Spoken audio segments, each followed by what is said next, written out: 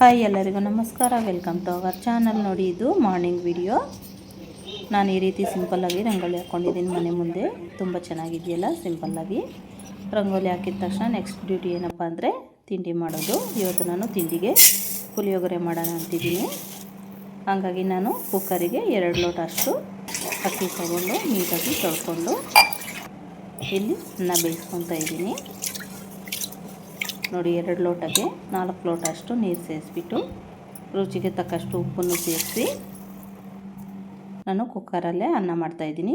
ಪುಳಿಯೋಗರೆ ಅಲ್ವಾ, ಉದ್ರಕ್ಕೆ ಅನ್ನ ಇದ್ದರೆ ಚೆನ್ನಾಗಿರುತ್ತೆ ಅಂತ. ಇಲ್ಲಿ ನೋಡಿ ನಾನು ಏನೇನು ಪದಾರ್ಥಗಳು ತೊಗೊಂಡಿದ್ದೀನಿ ಪುಳಿಯೋಗರೆಗೆ ಅಂದರೆ, ಇಲ್ಲಿ ನೋಡಿ ನಾನು ಏನೇನು ಪದಾರ್ಥಗಳು ತೊಗೊಂಡಿದ್ದೀನಿ ಅಂದರೆ 2 ಈರುಳ್ಳಿ ಸಣ್ಣಕ್ಕೆ ಉದ್ದಕ್ಕೆ ಹೆಚ್ಚಿಟ್ಕೊಂಡಿದ್ದೀನಿ, ಒಂದು 4 ರಿಂದ 5 ಒಣಮೆಣಸಿನ್ಕಾಯಿ, ಕರಿಬೇವು, ಬೆಳ್ಳುಳ್ಳಿ, ಕಡಲೆಬೀಜ, ಕಡಲೆಬೇಳೆ, ಹುಣಸೆಹಣ್ಣಿನ ರಸ, ರುಚಿಗೆ ತಕ್ಕಷ್ಟು ಉಪ್ಪು, ಎಣ್ಣೆ, ಇಲ್ಲಿ ರೆಡಿಮೇಡು ಪುಳಿಯೋಗರೆ ಪೌಡ್ರು ತೊಗೊಂಡಿದ್ದೀನಿ.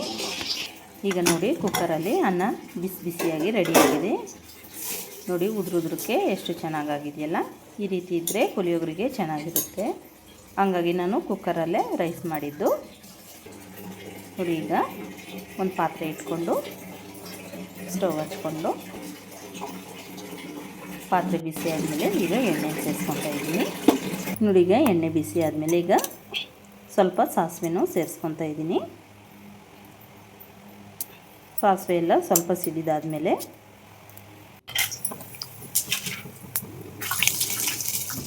ಕಡಲೆಬೀಜನ ಸೇರಿಸ್ಕೊತಾ ಇದ್ದೀನಿ. ಮೊದಲಿಗೆ ಸ್ವಲ್ಪ ಕಡಲೆಬೀಜ ಫ್ರೈ ಆದಮೇಲೆ ಈಗ ಕಡಲೆಬೇಳೆ ತೊಗೊಂಡಿರ್ತೀವಲ್ಲ ಅದನ್ನು ಸೇರಿಸ್ಬಿಟ್ಟು ನಾನಿಲ್ಲಿ ಮೀಡಿಯಮ್ ಫ್ಲೇಮ್ ಇಟ್ಕೊಂಡು ಫ್ರೈ ಮಾಡ್ತಾಯಿದ್ದೀನಿ. ಇಲ್ಲಾಂದರೆ ಬೇಗ ಸೀದೋಗ್ಬಿಡುತ್ತೆ, ಮೇಲೆ ಎಲ್ಲ ಸೀದೋಗ್ಬಿಡುತ್ತೆ, ಒಳಗಡೆ ಹಸಿ ಹಸಿಯಾಗಿ ಹಂಗೆ ಇರುತ್ತೆ ಕಡಲೆಬೀಜ. ಹಾಗಾಗಿ ನಾನು ಮೀಡಿಯಮ್ ಫ್ಲೇಮ್ ಇಟ್ಕೊಂಡೆ ಫ್ರೈ ಮಾಡ್ತಾಯಿದ್ದೀನಿ. ಈಗ ನೋಡಿ ಕಡಲೆಬೀಜ ಕಲರ್ ಚೇಂಜ್ ಆಗಿದೆಯಲ್ಲ, ಈಗ ಬೆಳ್ಳುಳ್ಳಿ ಹಾಕ್ಕೊತಾ ಇದ್ದೀನಿ. ಬೆಳ್ಳುಳ್ಳಿನೂ ಸ್ವಲ್ಪ ಕಲರ್ ಚೇಂಜ್ ಆದಮೇಲೆ ಈಗ ನಾವು ಈರುಳ್ಳಿ ಹೆಚ್ಚಿಟ್ಕೊಂಡಿದ್ದೀವಲ್ಲ ಅದನ್ನು ಸೇರಿಸ್ಬಿಟ್ಟು ನಾವು ಈರುಳ್ಳಿ ಬೇಗ ಫ್ರೈ ಆಗಬೇಕಂದ್ರೆ ಸ್ವಲ್ಪ ಉಪ್ಪು ಹಾಕ್ಕೋಬೇಕು. ಇಲ್ಲಿ ನಾನು ಅನ್ನಕ್ಕೆ ಉಪ್ಪು ಹಾಕಿದ್ದೀನಿಲ್ಲ, ಈಗ ಗ್ರೇವಿಗೆ ಎಷ್ಟು ಬೇಕೋ ಅಷ್ಟು ನಾನು ಉಪ್ಪನ್ನು ಸೇರಿಸ್ಕೊತಾ ಇದ್ದೀನಿ. ಈಗ ನೋಡಿ ಕರಿಬೇವು ಮತ್ತು ಒಣಮೆಣಸಿನಕಾಯಿ ಸೇರಿಸ್ಕೊಂಡು ನಾನು ಮೀಡಿಯಮ್ ಫ್ಲೇಮಲ್ಲೇ ಫ್ರೈ ಮಾಡ್ಕೊತಾ ಇದ್ದೀನಿ. ಈ ರೀತಿ ನೋಡಿ ಒಂದು 5 ರಿಂದ 10 ನಿಮಿಷ ಆದರೆ ಸಾಕು, ಚೆನ್ನಾಗಿ ಫ್ರೈ ಆಗುತ್ತೆ. ನೋಡಿ, ಈರುಳ್ಳಿ ಎಲ್ಲ ಚೆನ್ನಾಗಿ ಫ್ರೈ ಆಗಿದೆಯಲ್ಲ. ಈಗ ಪುಳಿಯೋಗರೆ ಪುಡಿನ ಸೇರಿಸ್ಕೊಂಡು ಸುಮ್ಮನೆ ಒಂದು 2 ಸೆಕೆಂಡಷ್ಟು ಫ್ರೈ ಮಾಡಿಬಿಟ್ಟು ಎಣ್ಣೆಯಲ್ಲಿ ಹುಣಸೆಹಣ್ಣಿನ ರಸನ ಸೇರಿಸ್ಬಿಟ್ಟು ಚೆನ್ನಾಗಿ ಕುದಿಯೋಕ್ಕಿಡಬೇಕು. ಈಗ ನಾವು ಉಪ್ಪು ಖಾರ ಸ್ವಲ್ಪ ಚೆಕ್ ಮಾಡಿಕೊಂಡು ಕಡಿಮೆ ಏನಾದರೂ ಇಷ್ಟ ಅಂದರೆ ನಾವು ಸೇರಿಸ್ಕೋಬೋದು. ಈಗ ನೋಡಿ ಚೆನ್ನಾಗಿ ಈ ಹುಣಸೆಹಣ್ಣಿನ ರಸ ಎಲ್ಲನೂ ಡ್ರೈ ಆಗೋವರೆಗೂ ಚೆನ್ನಾಗಿ ಮಿಕ್ಸ್ ಮಾಡ್ಕೋಬೇಕು. ಈಗ ನೋಡಿ ಎಣ್ಣೆ ಎಲ್ಲನೂ ಮೇಲೆ ತೇಲುತ್ತಲ್ಲ, ಈಗ ನಮಗೆ ಪುಳಿಯೋಗರೆ ಗೊಜ್ಜು ರೆಡಿಯಾಗಿದೆ ಅಂತ ಅರ್ಥ.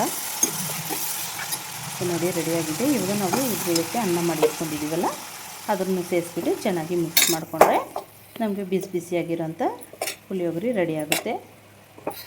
ಬೆಳಗ್ಗೆ ಟೈಮು ನಮಗೆ ಫಾಸ್ಟಾಗಿ ತಿಂಡಿ ಏನಾದರೂ ಮಾಡಬೇಕಂದ್ರೆ ಈ ರೀತಿ ಮಾಡ್ಕೋಬೋದು, ತುಂಬ ಟೇಸ್ಟಿಯಾಗಿರುತ್ತೆ.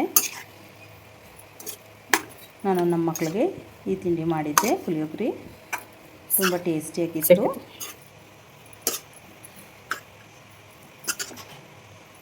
ನೋಡಿ ಎಷ್ಟು ಕಲರ್ಫುಲ್ಲಾಗಿ ಎಷ್ಟು ಚೆನ್ನಾಗಿ ಕಾಣಿಸ್ತಾ ಇದೆಯಲ್ಲ. ತಿಂಡಿ ಮಾಡಿಬಿಟ್ಟು ಬಾಕ್ಸಿಗೆ ಹಾಕಿದೆ. ಮಕ್ಕಳಿಗೆಲ್ಲ ಬಾಕ್ಸ್ ಕಟ್ಟಿದ ಮೇಲೆ ನಾನು ಸ್ವಲ್ಪ ತಿಂಡಿ ತಿಂದೆ. ನೈಟು ಮಾಡ್ಕೊಂಡಿರೋಂಥ ಬಜ್ಜಿ ಮತ್ತು ಬೋಂಡ ಇತ್ತು, ಅದ್ರ ಜೊತೆಯಲ್ಲಿ ತಿಂದೆ. ತುಂಬ ಚೆನ್ನಾಗಿತ್ತು ಟೇಸ್ಟು. ನಿಮ್ಗೆ ಈ ವಿಡಿಯೋ ಏನಾದರೂ ಇಷ್ಟ ಆದರೆ ಪ್ಲೀಸ್ ಲೈಕ್ ಮಾಡಿ, ಶೇರ್ ಮಾಡಿ, ಸಬ್ಸ್ಕ್ರೈಬ್ ಮಾಡ್ಕೊಳ್ಳಿ. Thank you for watching. Bye bye.